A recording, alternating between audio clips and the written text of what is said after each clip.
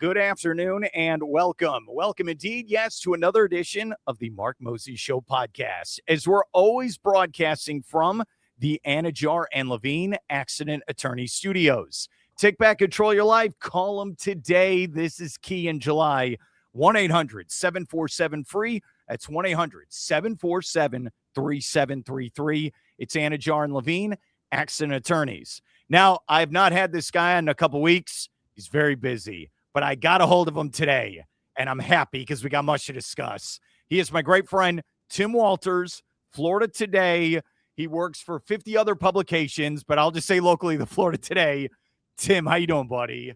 Yeah, Mark, high school football, college football, NFL's almost here. So they unfroze me from carbonite. I am no longer in Jabba's dungeon. I'm now free again. I love it. I do. We were talking off air. I can't stress this enough. My coworkers and I were in my office, and we all watched the last 20 minutes of that England-Argentina match yesterday.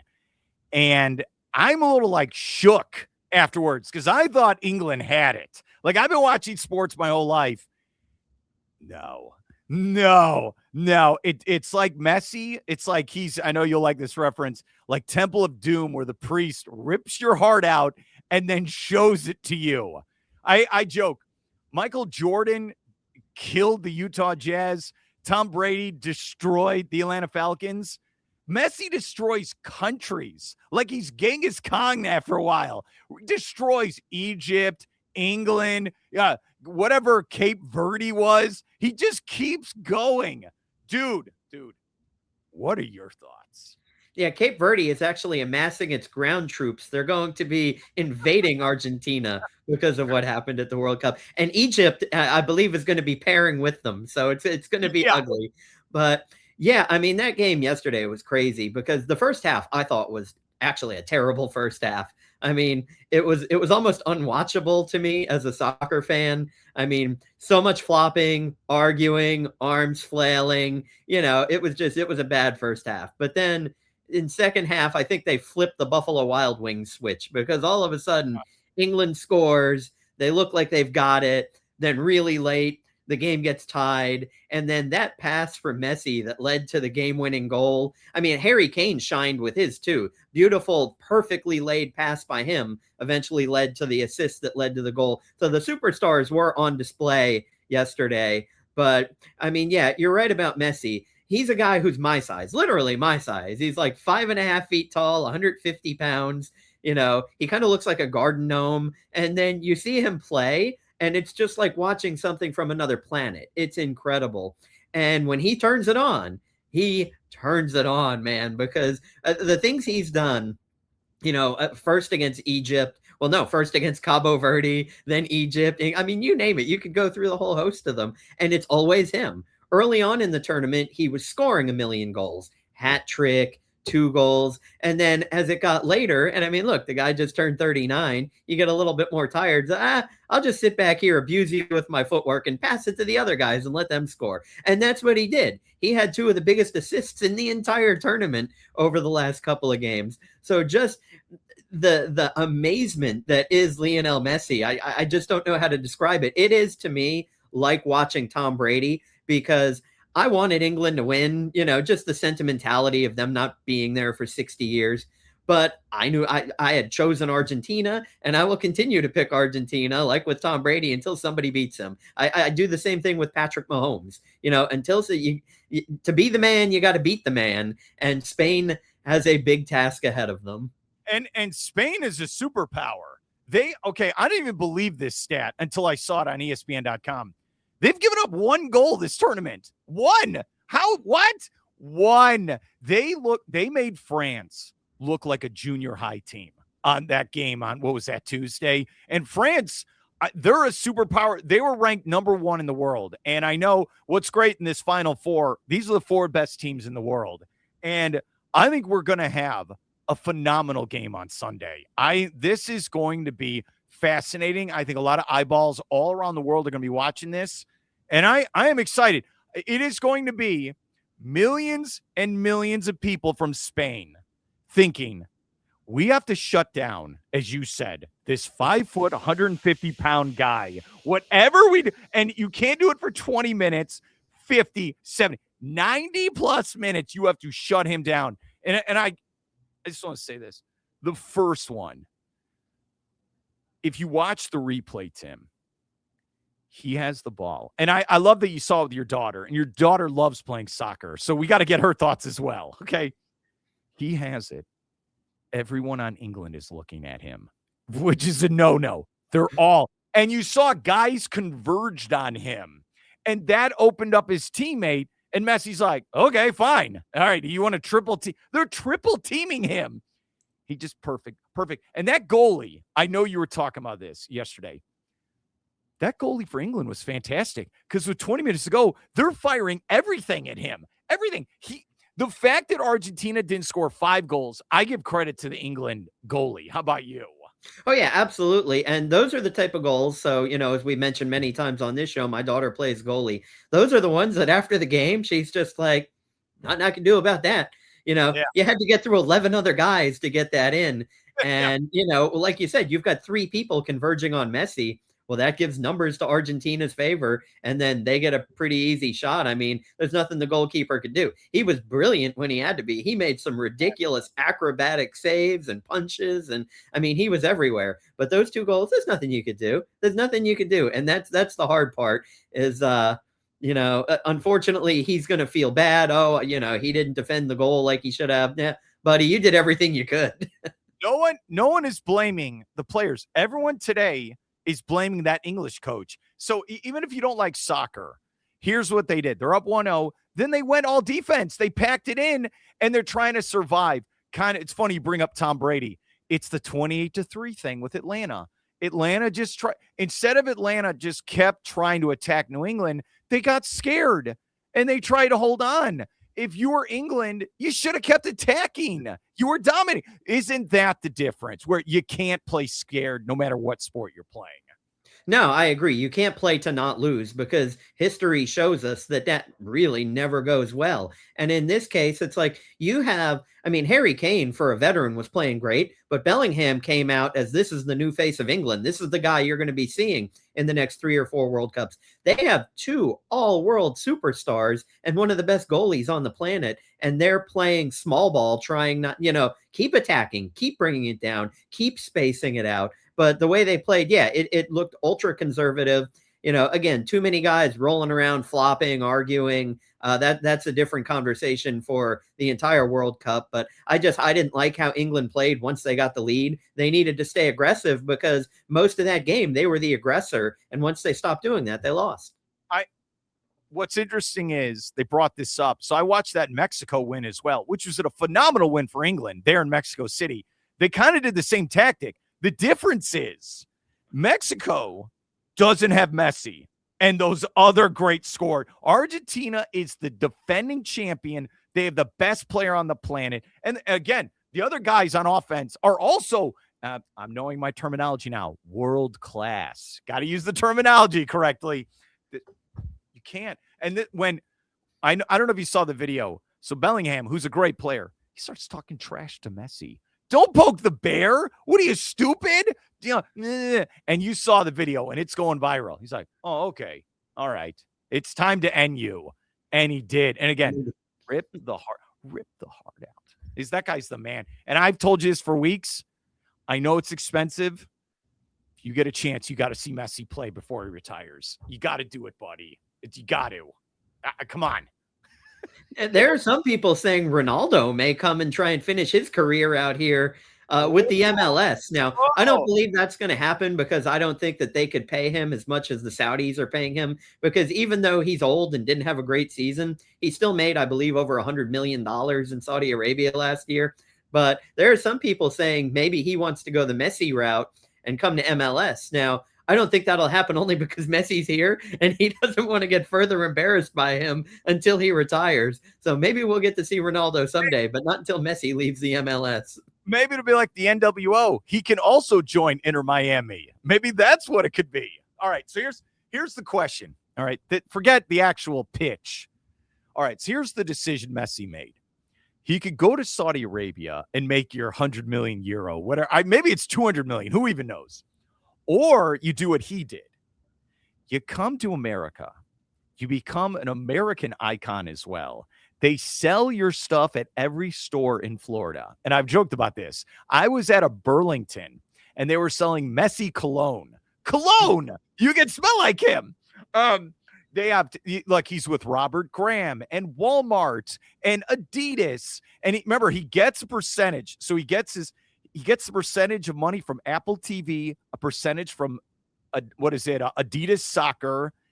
And he has that opportunity where he can own a franchise moving forward.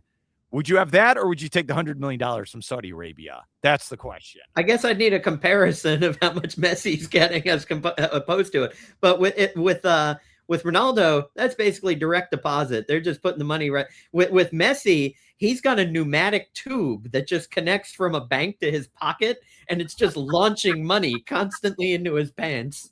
Did you see where he's on? Like a Spider-Man, the new movie, there's a commercial with him and they're like, oh man. And like Tom Holland shows up. Oh man, it's Messi. And my sister loves the joke where he doesn't really speak English. So he's just like, see, like, oh man, you're Messi. See. And that's all he says. And they just put that money, like you said, into the bank account. Oh man. Oh, all right. There needs to be a meme where Messi is the one sending Chuck Norris to heaven. Okay. Who wins on Sunday?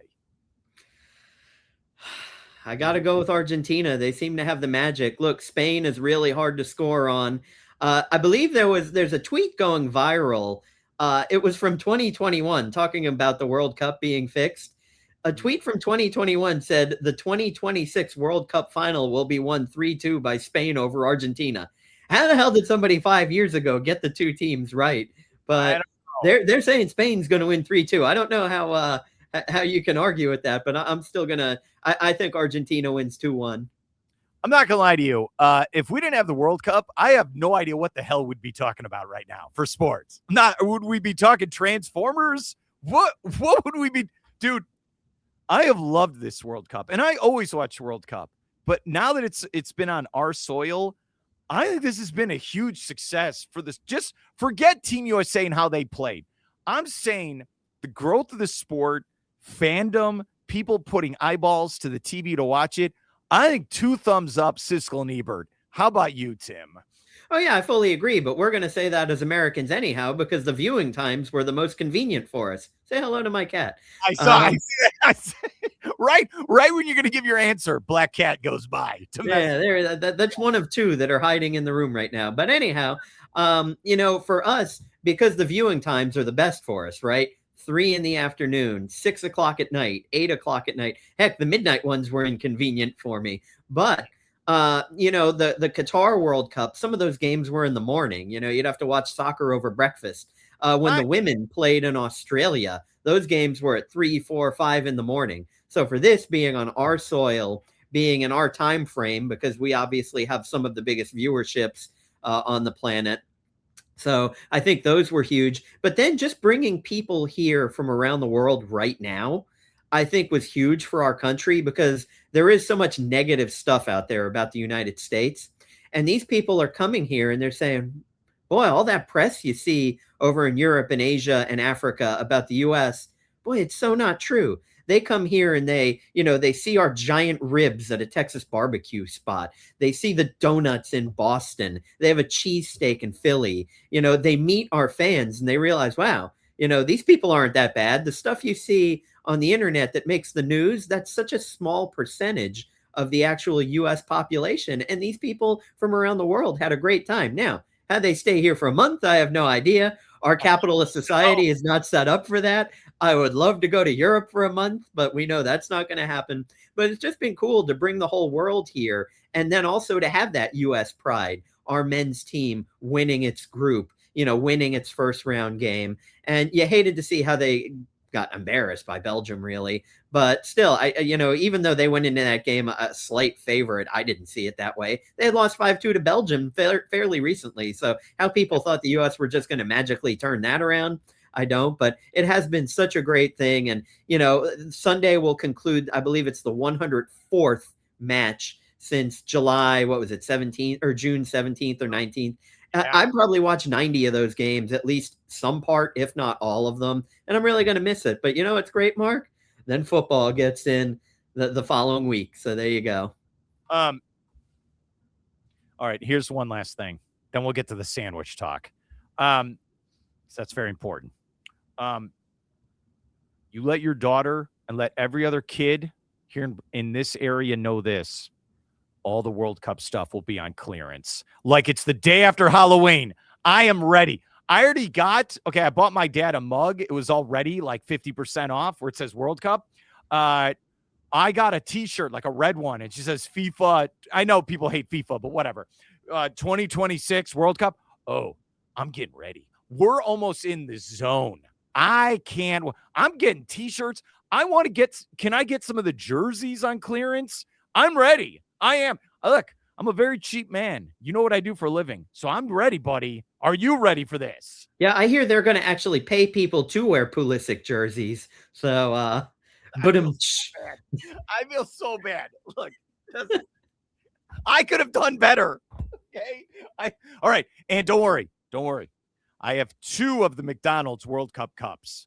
And it's very weird when you order, can I get a World Cup cup? It was very weird saying that, but I did it. And I have the Pulisic cup. I do. So I got to see if I can collect. I want to get the Grimace one. I know people are like, I don't want Grimace. No. I'm on Team Grimace. I need to get one. Have you gotten any of these cups? No, I have not. But next time you ask for it, maybe you should ask for a World Cup flagon. Imagine the look on that employee's face. Or a receptacle. I would like my World Cup receptacle, please. It's just weird. I want my World Cup cup, please. Yeah. It's like, how do you order 2 Dos Equis? Dos Equis. That's the terrible joke. All right. You haven't been able to talk to me. I know it's been making you cry at night. So I went to a restaurant 2 weeks ago with my coworkers for lunch. Very nice restaurant. I enjoyed what I ate, but the hamburger was $15. And my coworker goes, that comes with fries, right? No. Fries are $5 extra. What? So it was a burger, and it came with a little coleslaw. Coleslaw is not a side. It is, but it isn't. Okay? Then a soft drink was $3.50. Then you have to add tax. And then, as you know, in today's economy, they suggest you give the 18, 20, 22%, but this place was like 22, 24. Burger and fries cannot cost $30 after a while. I will let you take over. I'm not even going to ask the question. Please take the floor, Congressman. Go for it.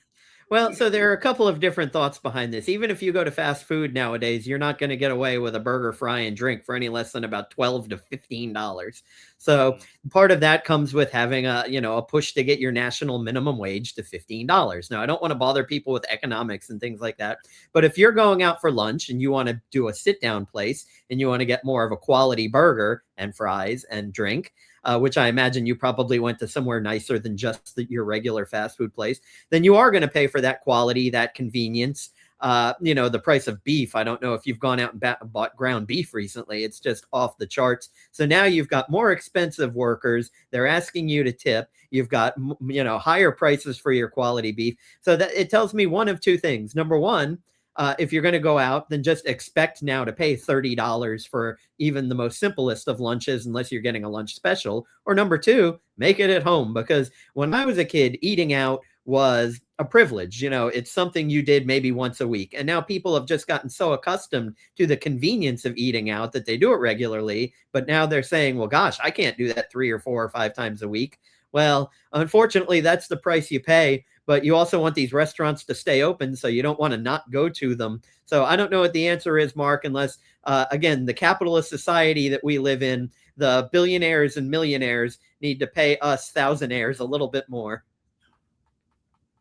Fries should be included in your meal. I think that's the one that got me. The fries have to be part of the lunch. All right, you're right. If you do economics off the top of my head, if you're going out to lunch every day, and let's say average, you're spending $15. Okay. Which, if you're going to an actual restaurant, let's say times 5, that's $75. In case I'm wrong here, times 4, that's $300 a month. That is old school. And this is also sad, old school car payment terms. Okay. All right. $300. Right. And then are you going out to dinner once in a while? What? I mean, look, dude, most nights, this is how boring I am after a while. Most nights I get off work, I am cooking dinner. I'm not going out, especially on a school night. I'm not. What? Unless some big special occasion, I'm not doing it. And look, you know what it is? Now you got me going, even though I created the segment. So when I was first starting out, okay, just like you, I made no money. No, I mean, none. I don't even know how I survive. I don't know how I'm surviving now, but back then, big time. The key was you had to make enough money to pay your rent, pay your bills, utilities, whatever you got to do. You had enough money for groceries, and you had money to go get a beer with your friends to socialize. That's what it was supposed to be. But now when you go to a bar, it's $7 for a beer. Now, Mark, you've just given examples just for you, right? So now, and I have a small family with a wife and kid. Yeah. Most people have 2 kids, 3 kids. If we go out to a restaurant and now you're getting not only food, but let's say my wife wants a martini and I want a beer, $12 for a mixed drink, $7 for a beer. You're paying $60 for just the food. Any add-ons, you want mozzarella sticks, there's $9 more. And then you got to tip 20 to 22% on top of a $70 or $80 bill. You can't get away with a dinner for 3 for $100. For a dinner for 4, you're talking about $130, $150. It's crazy. So our advice to you, learn how to cook. Yeah. Just lay down and give up, Mark. That's what it should be. And do it on a Walmart and Aldi budget, because as much as I love Publix, woo-wee. I'll tell you, we're saying Messi is the GOAT. No, the GOAT for groceries is the $6 rotisserie chicken. That's the GOAT right there. Okay. I need to get a hold of Messi's pneumatic tube of cash. Oh yeah. Is that the name of your punk band? The Mess. I was going to tell you that. I was on TV the other night and I was talking about the Magic and I yelled out, "They're stuck in first round purgatory." And I said, "You know what? That's a punk band right there. That's what they are." Tim Walters, Florida Today. Thank you so much for coming on. Appreciate it. Enjoy the final on Sunday. Mark, I appreciate it. And I love it when a plan comes together.